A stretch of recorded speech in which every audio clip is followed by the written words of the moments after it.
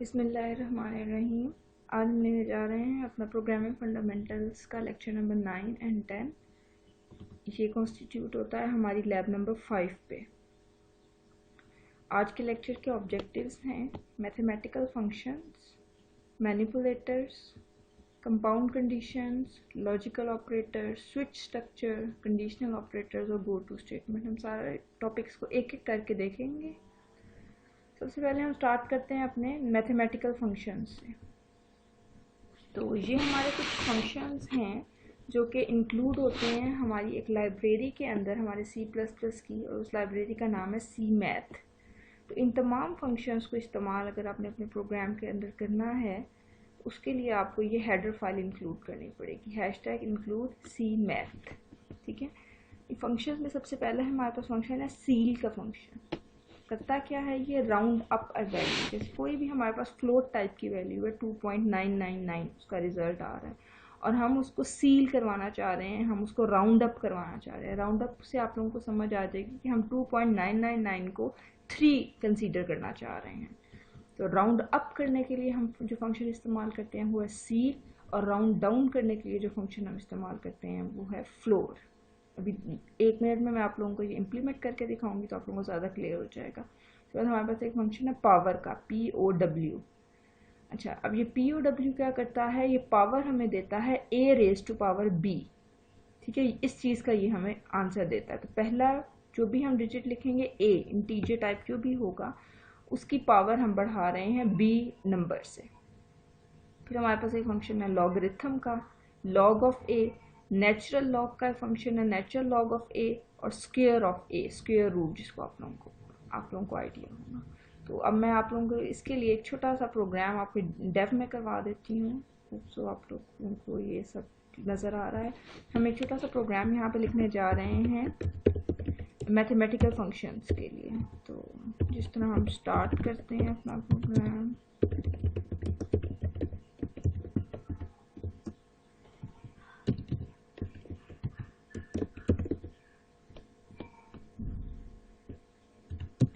ठीक है, int main, और मेन के अंदर हम क्या ले रहे हैं। अच्छा, हमने लाइब्रेरी इंक्लूड नहीं की। लाइब्रेरी हम इंक्लूड करेंगे जो मैंने आप लोगों से कहा था, #include सी मैथ। ठीक है। तो हम कोई भी एक वेरिएबल A जो है वो हम डिक्लेयर करवा कर उसके अंदर हम कुछ वैल्यू यूज़र से इनपुट करवा लेते हैं। ठीक है। हम सील और फ्लोर की बात कर रहे हैं, तो मैं यहाँ पर एक फ्लोट वेरिएबल करवा रही हूँ ताकि हम उसको सील और फ्लोर करवा कर देख सकें। तो सी आउट में मैं इन फंक्शंस को यूज़ कर रही हूँ। जैसे मैंने यहाँ पर लिखा सील A। ठीक है। अब ये फंक्शन क्या करेगा, A की वैल्यू को राउंड अप कर देगा। ठीक है। सेम इसी तरह हम फ्लोर के लिए देख लेते हैं। कुछ फंक्शन मैं यहाँ पे आपको करवा देती हूँ और कुछ आप लोग खुद से इम्प्लीमेंट करोगे। ठीक है। तो हम इसको सेव कर लेते हैं मैथ के नाम से।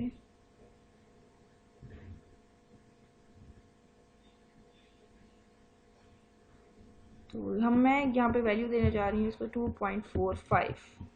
तो फर्स्ट जब हमने इसको सील करवाया था, राउंड अप हुआ था, तो 2.45 जो है वो राउंड अप होके 3 हो गया, और राउंड डाउन होके फ्लोर होके वो 2 हो गया। इनके नेम से आप इनको बड़े अच्छे से याद कर सकते हो। सील मतलब छत और फ्लोर मतलब फर्श।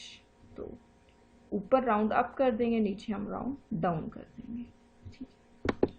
तो कुछ और फंक्शन है हमारे पास, जैसे लॉग है, तो वो भी हम यूज़ कर सकते हैं। उसका रिज़ल्ट हमें मिल सकता है। जैसे लॉग ऑफ A का रिज़ल्ट हम जानना चाह रहे हैं, या हम पावर लेना चाह रहे हैं 2 की, A⁻B की। तो उसके लिए हमने कहा था कि पावर का फंक्शन यूज़ करेंगे A, और हम उसको पावर करवा रहे हैं 3 के ऊपर। ठीक है। जो भी यूज़र एंटर करेगा उसको हम 3 की पावर पे करके देख रहे हैं। तो इन दोनों का रिजल्ट भी हम यहाँ पर देख लेते हैं। वैल्यू मैं एंटर कर रही हूँ 2.3। तो ये रिजल्ट आप लोगों के सामने है। ठीक है। पावर का रिजल्ट हमारे पास 12.167 आ गया, और लॉग का रिजल्ट हमारे पास 0.8329। आप वेरीफाई कर सकते हो अगर आप करना चाहो, लेकिन ये रिजल्ट्स बहुत ज़्यादा वेरीफाइड होते हैं क्योंकि हम मैथ की लाइब्रेरी के अंदर से ले रहे हैं। अच्छा, उसके बाद हम बात कर रहे थे स्क्वायर की। स्क्वायर रूट का फंक्शन भी आप SQRT के साथ सेम इसी तरह इस्तेमाल कर सकते हो। एक चीज़ जो आप लोगों ने बड़े अच्छे से याद रखनी है वो ये है कि हम सील के लिए C स्मॉल इस्तेमाल करेंगे, फ्लोर के लिए F स्मॉल, लॉक के लिए L स्मॉल, P के लिए P का पावर का ये स्मॉल हम इस्तेमाल करेंगे।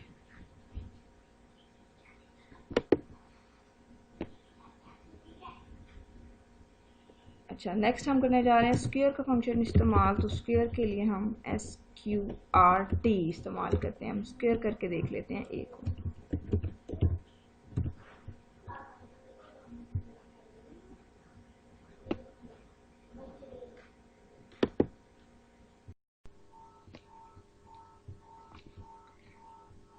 अच्छा, हमने बात कर ली इतने इन मैथमेटिकल फंक्शंस के बारे में। उसके बाद अब हम नेक्स्ट बात करने जा रहे हैं अपने C++ मैनिपुलेटर्स के बारे में।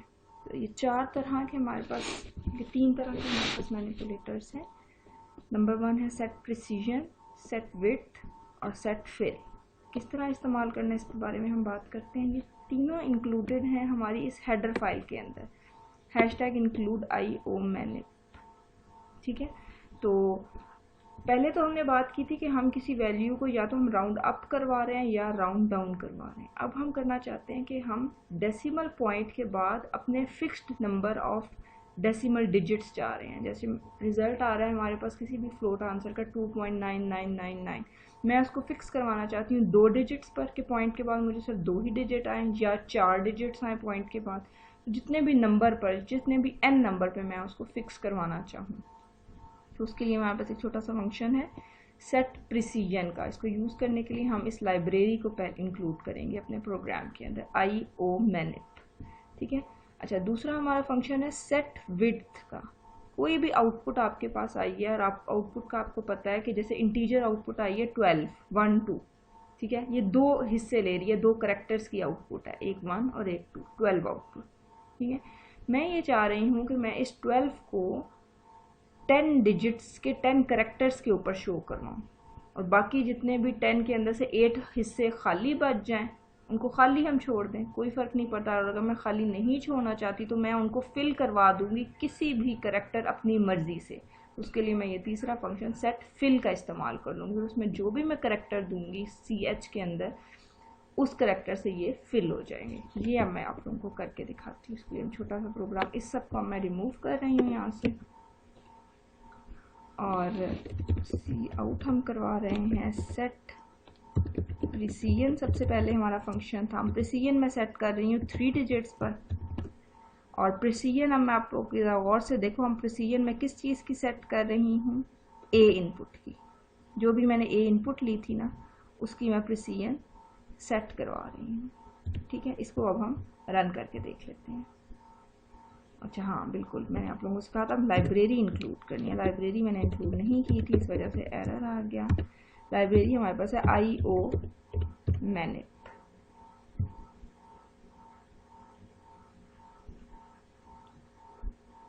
ठीक है, अब मैं इनपुट यहाँ पे दे रही हूँ 2.67888।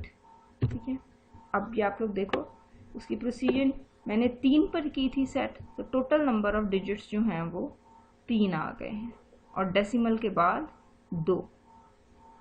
ठीक है, अब एक चीज़ जो मैं आप लोगों को फिक्स करके यहाँ पे बता दूँ कि मैं बेशक एक और यहाँ पर फ्लोटिंग पॉइंट नंबर ले लूँ, एक मैं B ले लूँ और दोनों के अंदर मैं इनपुट ले लूँ और बेशक मैं B की प्रिसीजन को सेट नहीं करवा रही, B ऑटोमेटिकली प्रिसाइज हो जाएगा क्योंकि मैं एक दफ़ा ही मैंने सेट प्रिसीजन का कीवर्ड इस्तेमाल कर लिया है। फिर मैं करके दिखाती हूँ, फिर मैं आपको इसके रूल्स बताती हूँ।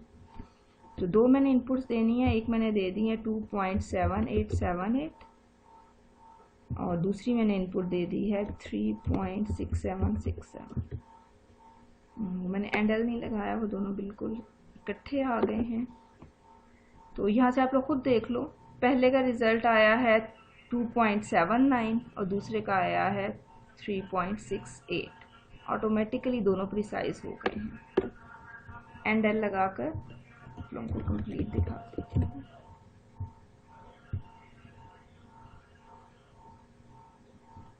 या 2.7890 और 3.5678, ये दोनों आप देखें टोटल 3 प्रिसीजन, 2 डिजिट्स डेसिमल के बाद। ठीक है, बी को मैंने प्रिसाइज नहीं किया था, जो चीज़ मैं आप लोगों को दिखाना चाह रही हूँ, बी के ऊपर मैंने कोई सेट प्रिसीजन नहीं, क्योंकि बी ऑटोमेटिकली प्रिसाइज हो गया। क्यों प्रिसाइज हो गया? क्योंकि बी से पहले मैंने ये सेट प्रिसीजन का एक कीवर्ड इस्तेमाल कर लिया यहाँ पर। इसको इस्तेमाल आप अच्छे से देख लो, सी आउट के अंदर ए बाद में आउटपुट हो रहा है, उससे पहले मैंने सेट उसकी प्रिसीजन कर लिया कि इसके बाद आने वाले जितने भी फ्लोटिंग पॉइंट नंबर्स हैं हमारे प्रोग्राम में, इसके नीचे उन तमाम की प्रिसीजन हमने 3 के ऊपर सेट कर दी है। तो अब बी के बाद भी अब जितने मर्जी फ्लोटिंग पॉइंट नंबर जो हैं वो डिक्लेयर करवाओगे, वो सब प्रिसाइजली 3 डिजिट्स के ऊपर प्रिसाइज्ड हो जाएंगे। ठीक है, ये एक ऑटोमेटिक सी चीज़ है। अच्छा, दूसरा पॉइंट जो अब हम डिस्कस करना चाह रहे हैं, सेट विड्थ के बारे में अब हम बात करेंगे। तो अगर मैं बी की जो विड्थ है वो सेट करवा रही हूँ यहाँ पर कि बी जो है मेरे पास टोटल नंबर ऑफ 10 डिजिट्स के ऊपर शो हो, 10 कैरेक्टर्स के ऊपर शो हो, तो ये मैं आप लोगों के सामने करके दिखाती हूँ। इसका आउटपुट देखोगे आप।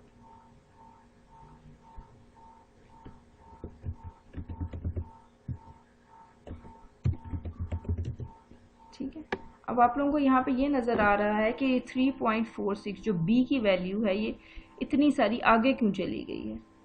क्योंकि मैंने इसको विड्थ उसकी सेट करवा दी है टोटल नंबर ऑफ 10 कैरेक्टर्स के ऊपर, मैंने इसकी विड्थ को सेट करवा दिया है।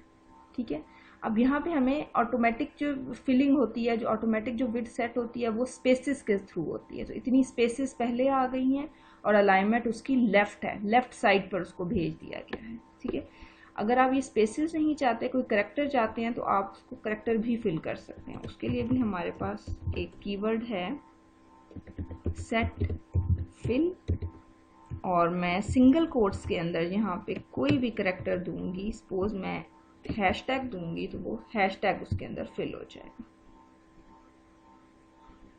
ठीक है, तो 2 आप लोग ये देख लें। ठीक है, तो टोटल ये 10 है, बेशक आप लोग काउंट कर लेना क्योंकि मैंने विड्थ 10 रखी थी।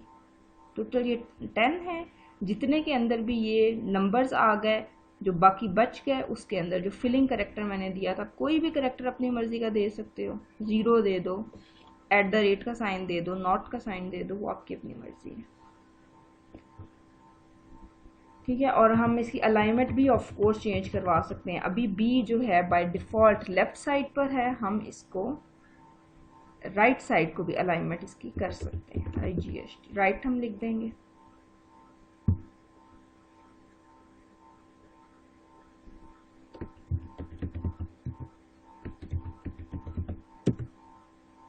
अच्छा, ये राइट बाय डिफ़ॉल्ट होता है, बाय डिफ़ॉल्ट वो राइट साइड के ऊपर होता है, तो हम लेफ्ट पे कर देते हैं उसको।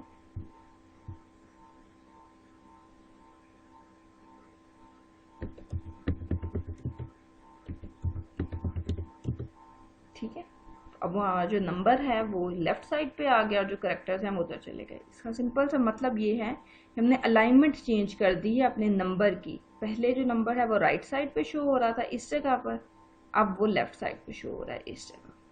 तो ये आप अपनी मर्जी से चेंज कर सकते हो। ठीक है,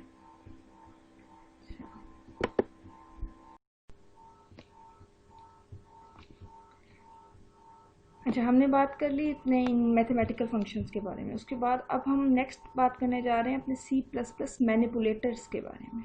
तो ये 4 तरह के हमारे पास, ये 3 तरह के हमारे पास मैनिपुलेटर्स हैं। नंबर 1 है सेट प्रिसीजन, सेट विड्थ और सेट फिल। किस तरह इस्तेमाल करना है इसके बारे में हम बात करते हैं। ये तीनों इंक्लूडेड हैं हमारी इस हेडर फाइल के अंदर, #include IO manip। ठीक है, तो पहले तो हमने बात की थी कि हम किसी वैल्यू को या तो हम राउंड अप करवा रहे हैं या राउंड डाउन करवा रहे हैं। अब हम करना चाहते हैं कि हम डेसिमल पॉइंट के बाद अपने fixed number of decimal digits चाह रहे हैं। जैसे रिजल्ट आ रहा है हमारे पास किसी भी फ्लोट आंसर का 2.9999, मैं उसको फिक्स करवाना चाहती हूँ 2 डिजिट्स पर कि पॉइंट के बाद मुझे सिर्फ 2 ही डिजिट आए या 4 डिजिट्स आए पॉइंट के बाद, जितने भी नंबर पर, जितने भी n नंबर पे मैं उसको फिक्स करवाना चाहूँ। तो उसके लिए हमारे पास एक छोटा सा फंक्शन है सेट प्रिसीजन का। इसको यूज़ करने के लिए हम इस लाइब्रेरी को इंक्लूड करेंगे अपने प्रोग्राम के अंदर, IOMANIP, ठीक है। अच्छा, दूसरा हमारा फंक्शन है सेट विड्थ का। कोई भी आउटपुट आपके पास आई है और आप आउटपुट का आपको पता है कि जैसे इंटीजर आउटपुट आई है 12, 1 2, ठीक है, ये 2 हिस्से ले रही है, 2 करेक्टर्स की आउटपुट है, एक 1 और एक 2, 12 आउटपुट, ठीक है। मैं ये चाह रही हूँ कि मैं इस 12 को 10 डिजिट्स के 10 करेक्टर्स के ऊपर शो करवाऊँ और बाकी जितने भी 10 के अंदर से 8 हिस्से खाली बच जाएं, उनको खाली हम छोड़ दें, कोई फ़र्क नहीं पड़ता। और अगर मैं खाली नहीं छोड़ना चाहती तो मैं उनको फिल करवा दूंगी किसी भी करेक्टर अपनी मर्ज़ी से। उसके लिए मैं ये तीसरा फंक्शन सेट फिल का इस्तेमाल कर लूँगी। उसमें जो भी मैं करेक्टर दूंगी CH के अंदर, उस करेक्टर से ये फिल हो जाएंगे। ये अब मैं आप लोगों को करके दिखाती हूँ। इसके लिए छोटा सा प्रोग्राम, इस सब को मैं रिमूव कर रही हूँ यहाँ से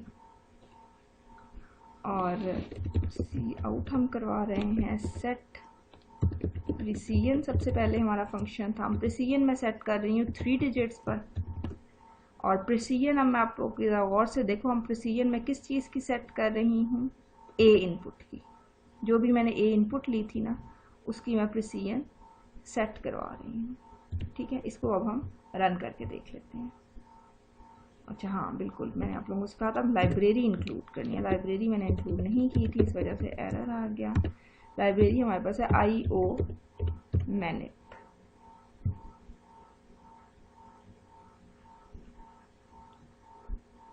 ठीक है। अब मैं इनपुट यहाँ पे दे रही हूँ 2.67888, ठीक है।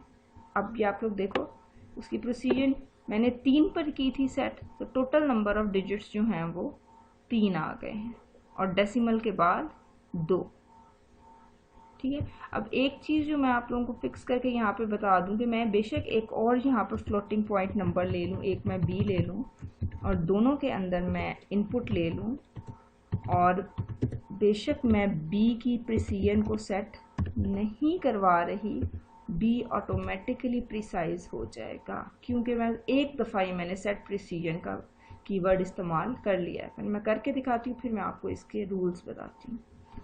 तो 2 मैंने इनपुट्स देनी है, एक मैंने दे दी है 2.7878 और दूसरी मैंने इनपुट दे दी है 3.6767।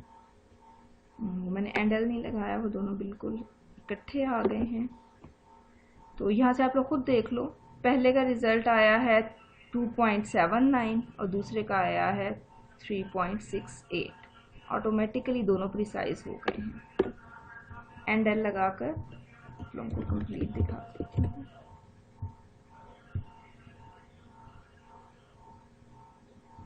ठीक है। 2.7890 और 3.5678, ये दोनों आप देखें, टोटल 3 प्रिसीजन, 2 डिजिट्स डेसिमल के बाद,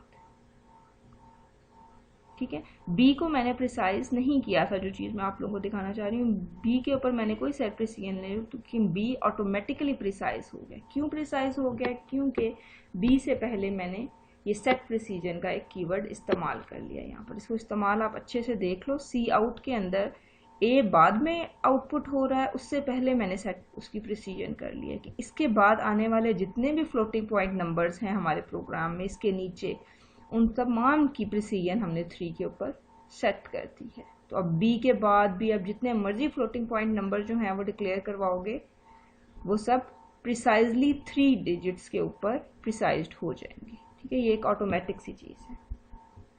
अच्छा, दूसरा पॉइंट जो अब हम डिस्कस करना चाह रहे हैं, सेट विड्थ के बारे में अब हम बात करेंगे। तो अगर मैं B की जो विड्थ है वो सेट करवा रही हूँ यहाँ पर कि B जो है मेरे पास टोटल नंबर ऑफ 10 डिजिट्स के ऊपर शो हो, 10 करेक्टर्स के ऊपर शो हो, तो ये मैं आप लोगों के सामने करके दिखाती हूँ। इसका आउटपुट देखोगे आप,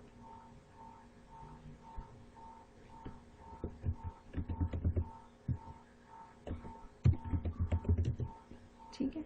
अब आप लोगों को यहाँ पे ये नज़र आ रहा है कि 3.46 जो B की वैल्यू है, ये इतनी सारी आगे क्यों चली गई है? क्योंकि मैंने इसको विड्थ उसकी सेट करवा दी है टोटल नंबर ऑफ 10 कैरेक्टर्स के ऊपर मैंने इसकी विड्थ को सेट करवा दिया है। ठीक है, अब यहाँ पे हमें ऑटोमेटिक जो फिलिंग होती है, जो ऑटोमेटिक जो विड्थ सेट होती है वो स्पेसिस के थ्रू होती है। तो इतनी स्पेसिस पहले आ गई हैं और अलाइनमेंट उसकी लेफ्ट है, लेफ्ट साइड पर उसको भेज दिया गया है। ठीक है, अगर आप ये स्पेसिस नहीं चाहते, कोई करेक्टर चाहते हैं, तो आप उसको करेक्टर भी फिल कर सकते हैं। उसके लिए भी हमारे पास एक कीवर्ड है सेट फिल, और मैं सिंगल कोट्स के अंदर यहाँ पे कोई भी करेक्टर दूंगी, सपोज मैं हैशटैग दूंगी, तो वो हैशटैग उसके अंदर फिल हो जाएगा। ठीक है, तो 2 पॉइंट आप लोग ये देख लें। ठीक है, तो टोटल ये 10 है, बेशक आप लोग काउंट कर लेना क्योंकि मैंने विड्थ 10 रखी थी। टोटल ये 10 है।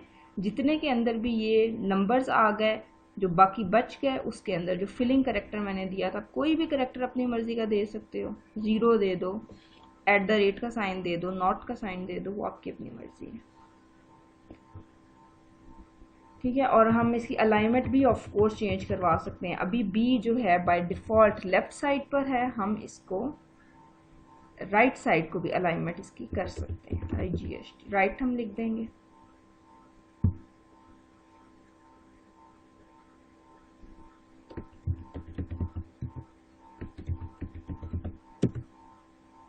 अच्छा, ये राइट बाय डिफॉल्ट होता है, बाय डिफॉल्ट वो राइट साइड के ऊपर होता है, तो हम लेफ्ट पे कर देते हैं उसको।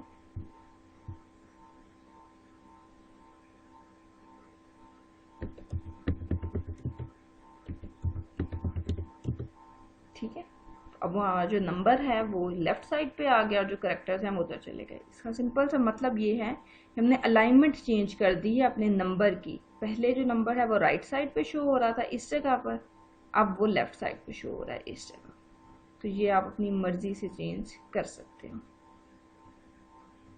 ठीक है,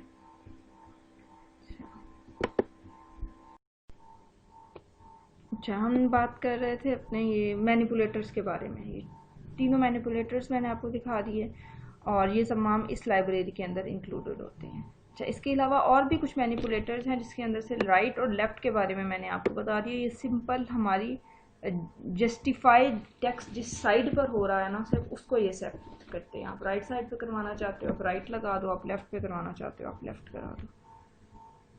अच्छा, इसके अलावा 2 हैं हमारे पास, एक है ये साइंटिफिक का कीवर्ड और एक है फिक्स्ड। अच्छा, इन 4 कीवर्ड्स के लिए आपको कोई न्यू लाइब्रेरी नहीं लगानी पड़ती। हम ये चारों जो हैं IO स्ट्रीम के अंदर इंक्लूडेड हैं, जो नॉर्मली हमने लगाई होती है इनपुट आउटपुट के लिए। तो उसके अंदर से हम ये वाले कीवर्ड इस्तेमाल कर सकते हैं। एक है हमारे पास फिक्स्ड और एक है हमारे पास साइंटिफिक। इनको इस्तेमाल इस तरह करते हैं हम, 2 हमने फ्लोट टाइप के वेरिएबल्स लिए, इनपुट करवाई। सिंपली हम क्या कर रहे हैं कि एक को हम आउटपुट करवा रहे हैं, जो भी हमने इनपुट ली थी उसको फिक्स्ड टाइप की नोटेशन में, और एक को हम करवा रहे हैं साइंटिफिक टाइप की में। साइंटिफिक का थोड़ा बहुत शायद आप लोगों को याद हो, साइंटिफिक का एक टोकन जो है हमारे कैलकुलेटर्स के ऊपर भी लग जाता है, जिसमें हमारा जो रिजल्ट है वो काफ़ी चेंज हो जाता है, वो E की पावर में आना लग जाता है। सेम वही नोटेशन हम यहाँ पर अपने C++ के अंदर भी दे सकते हैं रिजल्ट्स में। तो यहाँ पे पहले हम इनपुट लेते हैं। ठीक है, अब आप ये देख लो, ए को मैंने फिक्स टाइप नोटेशन में करवाया था, तो उसके साथ ये कुछ जीरोस लगे हैं, ये फिक्स टाइप नोटेशन का रूल है। और निचले वाला मैंने साइंटिफिक में करवाया था, तो वो ऑटोमेटिकली उसके साथ E की पावर लग गई, क्योंकि हमारा डिजिट छोटा था और वो इतने सारे हिंसों पे पूरा नहीं आता, लेकिन उन्होंने ऑटोमेटिकली 0 लगा के उसको साइंटिफिक नोटेशन में कर दिया। ये ऊपर वाली जो है ये फिक्स टाइप नोटेशन है। तो होप सो आप लोगों को ये सारा मैनिपुलेटर्स भी क्लियर हो गए हैं, और हमारे पास ये जो मैथमेटिकल फंक्शंस है ये भी क्लियर हो गए हैं। ये सारे मैंने आप लोगों को इम्प्लीमेंट भी साथ करके दिखा दी हैं। अब जो आगे हम बात करने जा रहे हैं, वहाँ पर छोटा सा हमारा एक पॉइंट है कंपाउंड कंडीशन का। तो कंपाउंड कंडीशन क्या होती है? ये हमारे पास 3 ऑपरेटर्स हैं जिनको हम कुछ कंडीशंस के दरमियान में इस्तेमाल कर सकते हैं। 3 हमारे पास ये ऑपरेटर्स हैं। सबसे पहला एंड, दूसरा है और तीसरा है नॉट। ठीक है, हमने इफ़ एल्स स्टेटमेंट पढ़ी थी और इफ़ एल्स स्टेटमेंट के अंदर हम रूल्स इस तरह इस्तेमाल कर रहे थे, if A is greater than B या लेस देन बी या ग्रेटर देन इक्वल टू या लेस देन इक्वल टू, इस तरह के हमारे पास लॉजिकल ऑपरेटर्स थे। अब उन लॉजिकल ऑपरेटर्स के साथ हम ये कंपाउंड कंडीशन ऑपरेटर्स भी लगा सकते हैं, एंड और नॉट। किस तरह लगाते हैं इसकी मैं आपको एक सिंपल सी यहाँ पे एग्जांपल करवा देती हूँ। सपोज हम इंट में अपना ए और बी ले लेते हैं और मैं यहाँ कंडीशन लगा रही हूँ A is less than B, और साथ ही मैंने इसके कंडीशन लगानी है कि ए सी से भी छोटा हो। एक और डिजिट भी हम सपोज ले लेते हैं सी। तो ये प्रोग्राम हमने पहले किया था और हमने नेस्टेड इफ एल्स के थ्रू किया था। आज हम ये सिंपल एक इफ के थ्रू करेंगे। हम क्या करेंगे, दरमियान में सिंपल एंड के ऑपरेटर लगा लेंगे। तो इसके थ्रू ये है कि हमें नेस्टेड इफ यूज नहीं करनी पड़ी और दो कंडीशंस को हमने ट्रू करवा के देख लिया है। ठीक है, अच्छा, एंड का रूल ये है कि इन दोनों का रिजल्ट ए लेस देन बी का रिजल्ट भी ट्रू होना चाहिए और ए लेस देन सी का रिजल्ट भी ट्रू होना चाहिए। तो हम इफ के ब्लॉक के अंदर आएंगे और हम सी आउट क्या करेंगे कि ए इज स्मॉलर।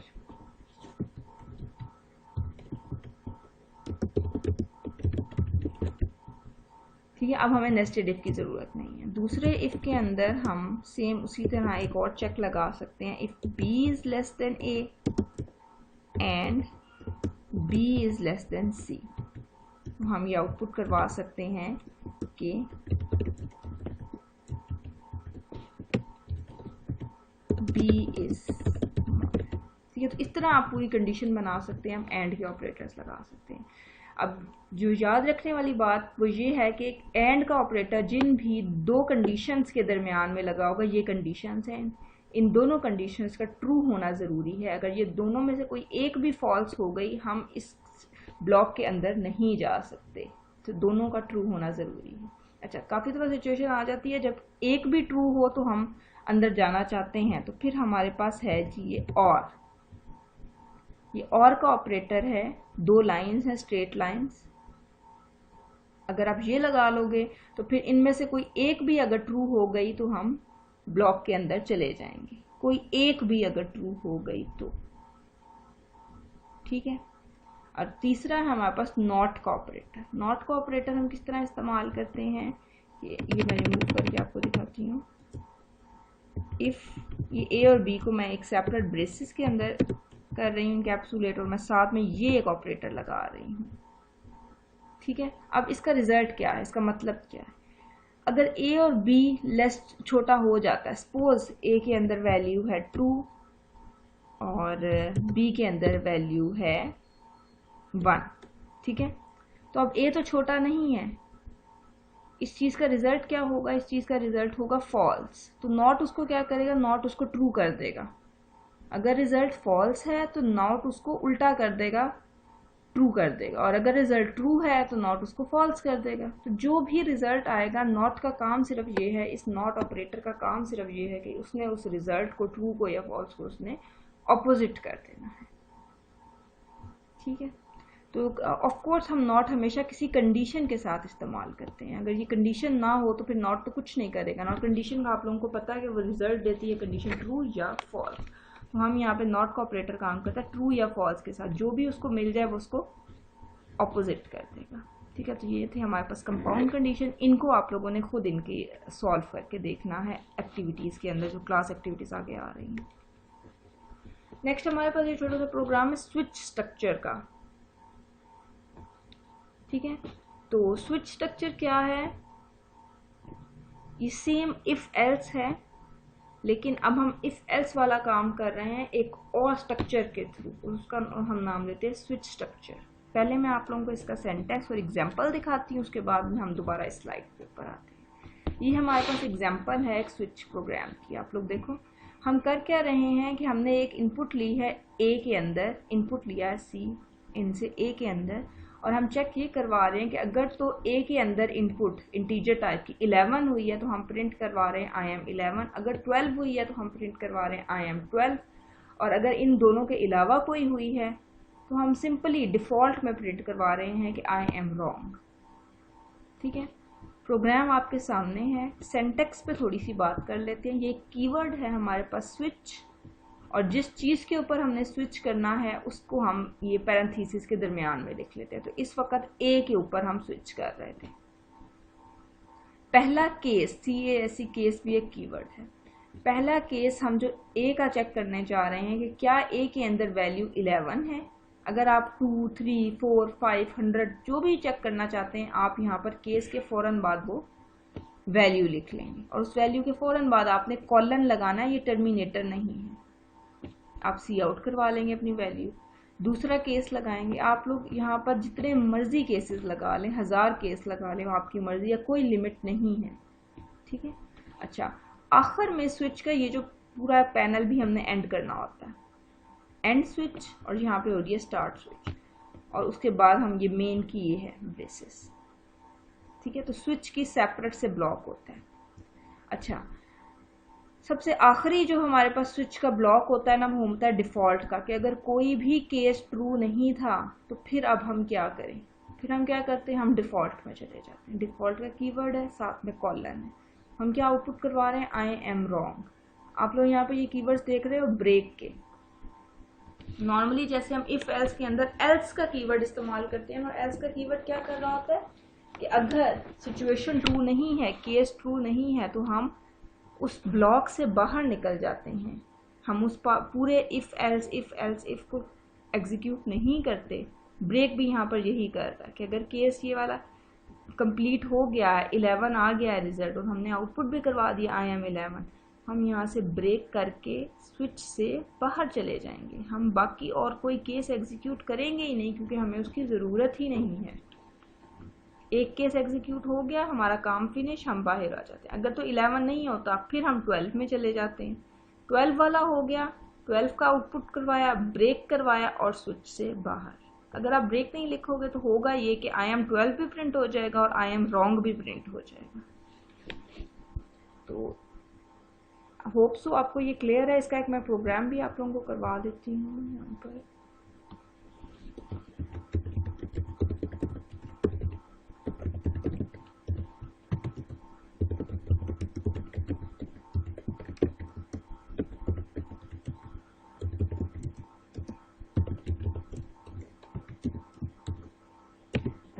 मेन का मेथड आ गया हमारा। हमने एक इंटीजर ले लिया b, और हमने b के अंदर कुछ इनपुट भी करवा ली b, ठीक है। अच्छा, अब हमने स्विच अपना स्ट्रक्चर लगाया, और हम b के ऊपर स्विच करवाना चाह रहे हैं, और हम ये चेक कर रहे हैं कि b के अंदर वैल्यू 101 आई है या 102 आई है। हमने ये प्रिंट करवाना। तो केस 101 कॉलन सी आउट, और यहाँ पे हम आउटपुट करवा देते हैं कि हमने जी 101 प्रिंट करवाया। इन दोनों के दरमियान जो फ़र्क है, ये कॉलन वाला 101 और इसके दरमियान फ़र्क, ये आप लोगों को बहुत अच्छे से अब समझ आ गया है। अगला केस हम बता कर रहे हैं 102, और सी आउट हम करवा रहे हैं। ये स्ट्रिंग है, इसके अंदर मैं कुछ भी लिख दूँ, तो अभी मैं सिंपल 102 ही लिख रही हूँ। और डिफ़ॉल्ट में मैं क्या करवा रही हूँ, डिफ़ॉल्ट में भी हम कुछ सी आउट करवा लेते हैं, रॉन्ग इनपुट, ठीक है। अब मैं इसको एग्जीक्यूट कर रही हूँ।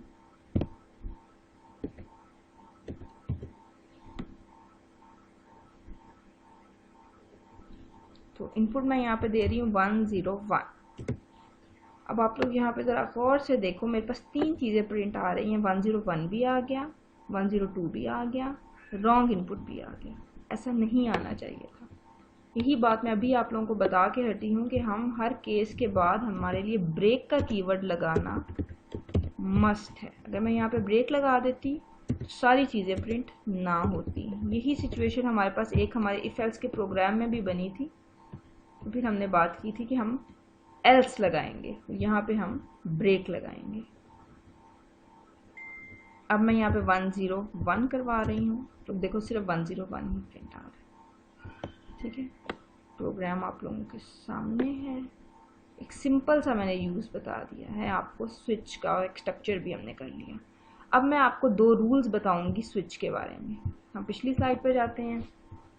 तो रूल्स ये हैं कि या तो हम केस के अंदर इंटीजर डिजिट दे सकते हैं या केस हमारा एक करैक्टर हो सकता है, इसके अलावा और कुछ भी नहीं। आप लोग अगर ये सोच रहे होंगे कि आप लोगों ने कोई लॉजिकल ऑपरेटर लगा देना है केस के उसमें, केस की इधर लॉजिकल ऑपरेटर लगा देना है या अपनी मर्जी से कोई वेरिएबल दे देना है, तो ऐसा नहीं होगा। हम लोग केस के अंदर इस जगह पर, यहाँ पे आप लोगों के सामने जहाँ पे ये 1 लिखा हुआ है या ये 2 लिखा हुआ है, इस जगह पे हम यहाँ तो ये दो चीज़ें हैं, या तो हम एक इंटीजर डिजिट दे सकते हैं और या हम एक करैक्टर दे सकते हैं। और करैक्टर का आप लोगों को पता है, करैक्टर जहाँ पे भी यूज़ करना है आप लोगों ने सिंगल कोट्स दे देने हैं, ठीक है। अच्छा, अगर दो केस एक ही काम कर रहे हैं, जैसे केस 1 और केस 2 यहाँ पर एक ही चीज़ प्रिंट करवा रहे हैं डिजिट्स, तो आप केस 1 कॉलन केस 2 कॉलन और एक ही आउटपुट करवा दो। तो अगर केस 1 होगा तो भी सी आउट डिजिट्स हो जाएगा, केस 2 होगा तो भी आउटपुट डिजिट्स हो जाएगा। ये भी एक सिंपल चीज़ है। तो दो रूल्स मैंने आप लोगों को बताया, या तो इंटीजर डिजिट्स और करैक्टर होगा, और अगर दो केसेस एक ही चीज़ को फॉलो कर रहे हैं तो हम उनको इकट्ठा भी लिख सकते हैं। ये हो गया हमारा स्विच स्ट्रक्चर, उसका मैंने आपको एक प्रोग्राम भी करवा दिया, सिंटैक्स आपके सामने है। अच्छा, एक और हम जो टॉपिक छोटा सा आज पढ़ने जा रहे हैं वो है हमारा कंडीशनल ऑपरेटर। बहुत ही छोटी सी चीज़ है, इस एक लाइन में, ये जो रेड लाइन आप लोगों के सामने इसके अंदर ये कंप्लीट हो जाती है। कंडीशन लिखो, क्वेश्चन मार्क लगाओ, ट्रू केस में अगर ये कंडीशन ट्रू हो जाती है तो हमने क्या आउटपुट करना है, और अगर ये कंडीशन फॉल्स हो जाती है तो हमने क्या आउटपुट करना है। तो पहले वाला हिस्सा है ट्रू के लिए, दूसरे वाला हिस्सा है फॉल्स के लिए। एग्जाम्पल क्या है इसकी, कंडीशन थी हमारे पास a is greater than 50, a के अंदर कोई भी वैल्यू हम इनपुट कर लेते हैं। अगर तो ये ट्रू हो जाती है तो हम x के अंदर हम 1 की वैल्यू रखवा रहे हैं, और अगर ये कंडीशन फॉल्स हो जाती है तो हम 0 की वैल्यू लिखवा रहे हैं। सिंपल सी यार कंडीशनल ऑपरेटर को इस्तेमाल करने का तरीका है। इसको आप और भी तरीकों से इस्तेमाल कर सकते हो, सिर्फ ये एक तरीका नहीं है, ठीक है। और भी बहुत सारे तरीके हैं इसके लिए भी। कंडीशनल ऑपरेटर के ऊपर भी मैं आपको एक प्रोग्राम यहाँ पे करके दिखा देती हूँ ताकि आपको अच्छे से ज़्यादा समझ आ जाए। ये मैं स्विच जो है अपना रिमूव कर रही हूँ और हम कंडीशनल ऑपरेटर के बारे में थोड़ी सी बात करते हैं। एक कंडीशनल ऑपरेटर मैंने यहाँ पे लगाया b is greater then 10, question mark का साइन, और ट्रू केस में मैं सी आउट करवा रही हूँ ग्रेटर, और फिर कॉलन का साइन लगा के फॉल्स के केस में मैं आउटपुट करवा रही हूँ स्मॉलर, ठीक है। ये मैंने पूरी एक कंडीशनल ऑपरेटर का स्ट्रक्चर बना दिया, और बी में हमने इनपुट ले लिया आप लोगों के सामने। इसको रन करते हैं, ठीक है। अब मैं b को ग्रेटर करूँगी, 11 किया मैंने, आप लोगों के सामने ग्रेटर आउटपुट आ गई। कंडीशन ट्रू हो गई थी, और ट्रू का पहले वाला केस होता है, ठीक है। अब मैं सिचुएशन को स्मॉलर करूँगी, तो b के अंदर मैं वैल्यू दूंगी 4, आप लोगों के सामने प्रिंट हो जाएगा स्मॉल। तो छोटी सी भी अगर आपके पास कंडीशन हो ना, इफ़ एल्स का छोटा सा काम हो, तो आप उसको एक लाइन के अंदर भी कर सकते हो, उसके लिए पूरा इफ़ एल्स का स्ट्रक्चर बनाने की ज़रूरत नहीं है। तो ये कॉन्सेप्ट भी आप लोगों का क्लियर हो गया। आखिरी एक छोटा सा हमारे पास पॉइंट है गो टू स्टेटमेंट का। एक बहुत मज़े की स्टेटमेंट है, एक बहुत मज़े का कीवर्ड है ये गो टू। यूज़ हमने इसको किस तरह करना है, ये आपके पास छोटा सा सेंटेक्स है। n के अंदर एक वैल्यू दी है हमने 1, n को हम इंक्रीमेंट करवा रहे हैं। n प्लस प्लस का आप सबको पता है कि n is equal to n plus 1, ये इसका मतलब होता है। हम सी आउट करवा रहे हैं I am in the middle of statement. Condition हमने लगाई है if n is less than but equal to 4 go to here, और ये आपने एक लेबल देखा था हेयर का, HERE, और इसके बाद कॉलन लगा हुआ है, ठीक है। मैं इसको ज़रा बड़ा करके आपको दिखाती हूँ। हेयर कॉलन लगा हुआ है, और ये एक कीवर्ड है हमारे पास गो टू, जो भी लेबल था हमारा हेयर उसके ऊपर। जैसे ही ये कीवर्ड एग्जीक्यूट होगा हम फौरन इधर चले जाएंगे, यहाँ जाएंगे, इसके बाद दोबारा n के अंदर इंक्रीमेंट आएगा, फिर से एक सी आउट स्टेटमेंट आउटपुट होगी, फिर से कंडीशन चेक होगी कि क्या n 4 से कहीं बड़ा तो नहीं हो गया। अगर बड़ा नहीं हुआ तो हम दोबारा से उधर जाएंगे। ये गो टू हेयर सिर्फ उस वक्त ख़त्म होगा जब ये कंडीशन फॉल्स हो जाएगी। तो कंडीशन भी आप अपनी मर्ज़ी की बना सकते हो, और लेबल भी आप अपनी मर्ज़ी के नेम के दे सकते हैं। ये आप पे डिपेंड करता है। तो मैं गो टू का भी एक प्रोग्राम यहाँ पे करवा देती हूँ आपको। बी हमने इनपुट ले लिया है, और चलें बी हमने इनपुट ले लिया है, हम बी को सिंपल प्लस प्लस करवा देते हैं। और यहाँ पे मैं एक लेबल लगा रही हूँ LAB के नाम से, लैब के नाम से। और लेबल के अंदर मैं क्या, बल्कि लेबल के अंदर मुझे इंक्रीमेंट करवाना चाहिए। लेबल ऊपर लगाया, कॉलन का साइन, टर्मिनेटर नहीं है, ये वर्ड्स सबने देखना। और सी आउट मैं करवा रही हूँ इंक्रीमेंट, ठीक है। और कंडीशन में लगा रही हूँ if B is less than but equal to 5। 5 दफ़ा मैं ये इंक्रीमेंटिंग का जो लफ्ज़ है ये प्रिंट करवाऊंगी। और आगे मैं कीवर्ड दे रही हूँ, इफ़ को मैं एक स्टेटमेंट दे रही हूँ, गो टू, कीवर्ड का हमारा नाम था, लेबल का हमारा नाम था लैब, और इसके बाद मैंने टर्मिनेटर लगाया। इंक्रीमेंटिंग को मैं चाह रही हूँ कि 5 दफ़ा हम प्रिंट करवाएं। देखते हैं हम क्या रिजल्ट आता है। बी के अंदर इनपुट देनी है, मैंने सपोज इनपुट दे दी 1। तो ये देखो 5 दफ़ा आपके पास इंक्रीमेंट आ गया। 5वीं दफ़ा ये, क्योंकि ये सिचुएशन गलत हो गई थी इसलिए हम इफ़ से बाहर निकल गए, तो अब हम इस लेबल पे नहीं जाएंगे। अगर आप ये कंडीशन देना भूल जाओ ना, तो एक इनफाइनाइट सा प्रोग्राम आपके पास क्रिएट हो जाएगा जो बार बार इधर आएगा, गो टू लैब, फिर लैब पे जाएंगे, इंक्रीमेंट करेंगे, इंक्रीमेंटिंग प्रिंट कराएंगे, और फिर हम दोबारा से गो टू पे चले जाएंगे। तो ये एक इनफाइनाइट लूप क्रिएट हो जाएगी। इनफाइनाइट लूप के बारे में आपको बता दूं, ये ऐसी लूप्स होती हैं, ये इस तरह का सर्कल है जो कभी ख़त्म होता ही नहीं है। मैं आपको एग्जीक्यूट भी करके दिखाती हूँ।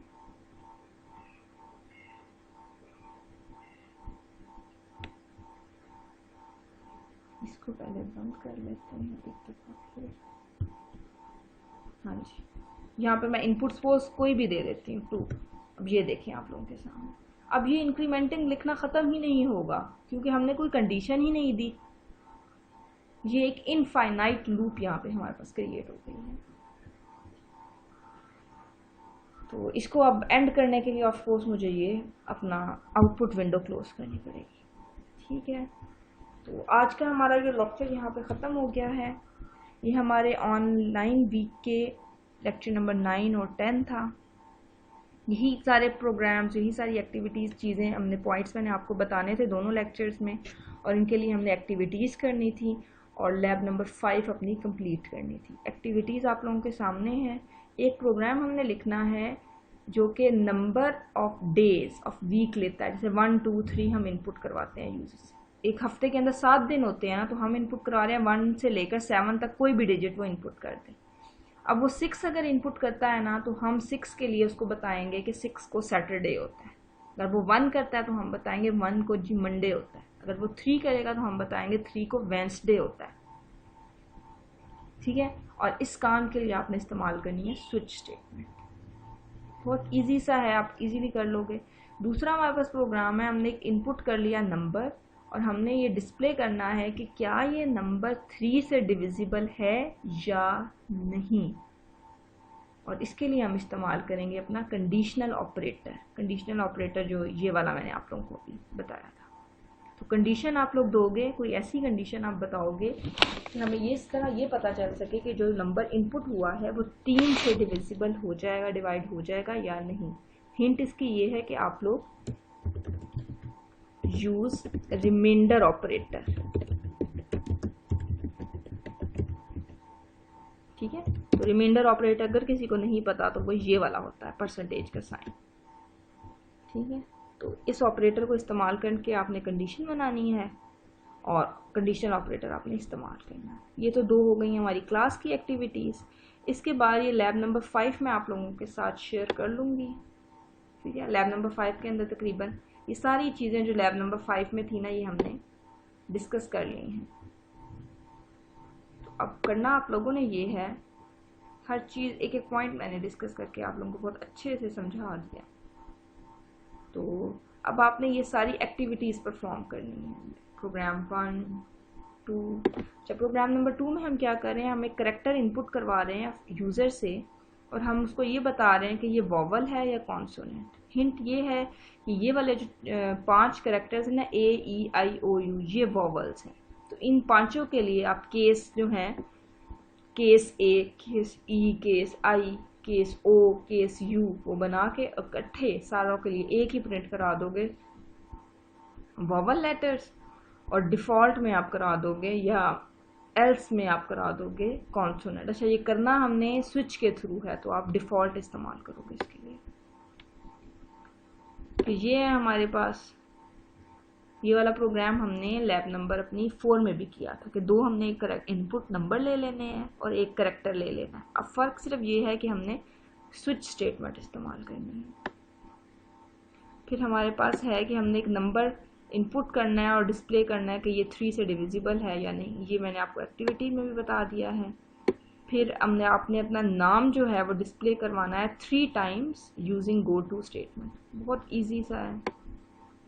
फिर हमारे पास ये ना कुछ प्रोग्राम नंबर 6 और 7, ये जो आखिरी 2 प्रोग्राम हैं ये थोड़े बड़े हैं और थोड़े से कॉम्प्लिकेटेड हैं, लेकिन आसान बहुत ज़्यादा हैं। तो करना इनमें ये है कि आपके पास 4 स्टेटमेंट्स हैं, 4 इनपुट्स आपने यूज़र से, सबसे पहले तो ये चारों चीज़ें आप आउटपुट करा दोगे सी आउट की लाइंस लगा के कि यूज़र काम क्या करना चाह रहा है। अगर तो यूज़र प्रिंट करता है, इंटर करता है 1, तो उसने लार्जेस्ट नंबर फाइंड करना है। अगर तो इंटर करता है 2, तो उसने ऑड और इवन को फाइंड करना है। अगर वो इंटर करता है 3, तो उसने स्टेट ऑफ वाटर फाइंड करनी है। और अगर वो एंटर करता है 4, तो उसने ग्रेड ऑफ स्टूडेंट फाइंड करना है। आप लोग क्या करोगे, इन चारों के लिए 4 केस बना लोगे स्विच के। केस 1 के अंदर लार्जेस्ट नंबर, केस 2 के अंदर ऑड और इवन, केस 3 के अंदर स्टेट ऑफ वाटर और केस 4 के अंदर ग्रेड ऑफ स्टूडेंट। अब ऑफ कोर्स आपको हर एक एक केस के अंदर भी कुछ नंबर्स, कुछ वेरिएबल्स चाहिए, तो हर केस के अंदर आप 3 वेरिएबल्स, केस नंबर 1 के अंदर आप 3 वेरिएबल्स इनपुट कराओ और उनमें से फाइंड करो लार्जेस्ट वेरिएबल कौन सा है। केस नंबर 2 के अंदर आप एक वेरिएबल एंटर करवा लो और फाइंड कर लो कि वो ऑड है या इवन है। केस 3 के अंदर आप वाटर का टेम्परेचर एंटर करवा लो और जहाँ से आपको ये डिटेल से पता चल जाएगा, उसके टेम्परेचर से कंडीशन लग जाएगी कि वो आइस है, वो वाटर है या वो स्टीम है। केस नंबर 4 के अंदर ग्रेड फाइंड करना है, तो ग्रेड के लिए ऑफ कोर्स आपको मार्क्स चाहिए, मार्क्स एंटर करवा लो यूज़र से। तो ये सारे काम अपने केसेस के अंदर करने हैं। तो ये एक बहुत बड़ा सारा प्रोग्राम बन जाएगा स्विच स्टेटमेंट का, ठीक है। अच्छा, आखिर में ये एक चीज़ दी है कि आपने जो ग्रेड्स अपने प्रिंट कराने हैं ना स्टूडेंट्स के, वो इस तरह करवाने हैं, ये वाला करेक्टर पहले लगा हो और बाद में ग्रेड ए है तो ए आ जाए, बी है तो बी आ जाए, सी है तो सी आ जाए। तो ये सारे मैंने आप लोगों को आज एक छोटा सा वो एक कीवर्ड पढ़ाया था सेट फिल का, तो सेट फिल के अंदर आप ये वाला करेक्टर फिल कर लेना। ये भी हो गया। और आखिरी प्रोग्राम भी सेम प्रोग्राम नंबर 6 की तरह का है, उसके अंदर भी 2 हमारे पास, या तो एरिया कैलकुलेट करना है या वॉल्यूम। तो केस नंबर 1 एरिया, एरिया के अंदर रेक्टेंगल है, सर्कल है या ट्राइंगल है, ये आप लोग यूज़र से पूछोगे। फिर उसके फार्मूलाज आपके सामने हैं, जो चीज़ आपको इनपुट चाहिए वो यूज़र से आप इनपुट ले लो और फार्मूला को पूरा करके रिजल्ट आप आउटपुट करा दो। ऑप्शन नंबर 2 में हम वॉल्यूम कर रहे हैं सिलेंडर का या स्फीयर का। अच्छा, इसके अंदर बहुत सारे फ्लोटिंग पॉइंट नंबर्स इन्वॉल्व होंगे। तमाम आंसर जो हैं वो प्रिसाइज होने चाहिए 4 डिजिट्स के, कि आपको डेसिमल पॉइंट के बाद 4 डिजिट्स शो हों। ये चीज़ इंपॉर्टेंट है, डेसिमल डिजिट के बाद 4 डिजिट्स शो हों, ठीक है। और जो आप ये स्फीयर का वॉल्यूम आप कैलकुलेट करोगे ना, तो इसका जो आंसर है ना, ये साइंटिफिक नोटेशन में आना चाहिए। ये 2 रूल्स हैं और बाकी चीज़ें बहुत सिंपल हैं। थोड़ा सा ये प्रोग्राम बड़ा बनेगा, प्रोग्राम नंबर 6 और 7, लेकिन ये आप लोगों की समझ के लिए बहुत इंपॉर्टेंट है। ये हमारी लैब आज ही कंप्लीट हो गई है। तो होप सो आप लोगों को बहुत अच्छे से आज का लेक्चर समझ आ गया होगा। अल्लाह हाफिज़।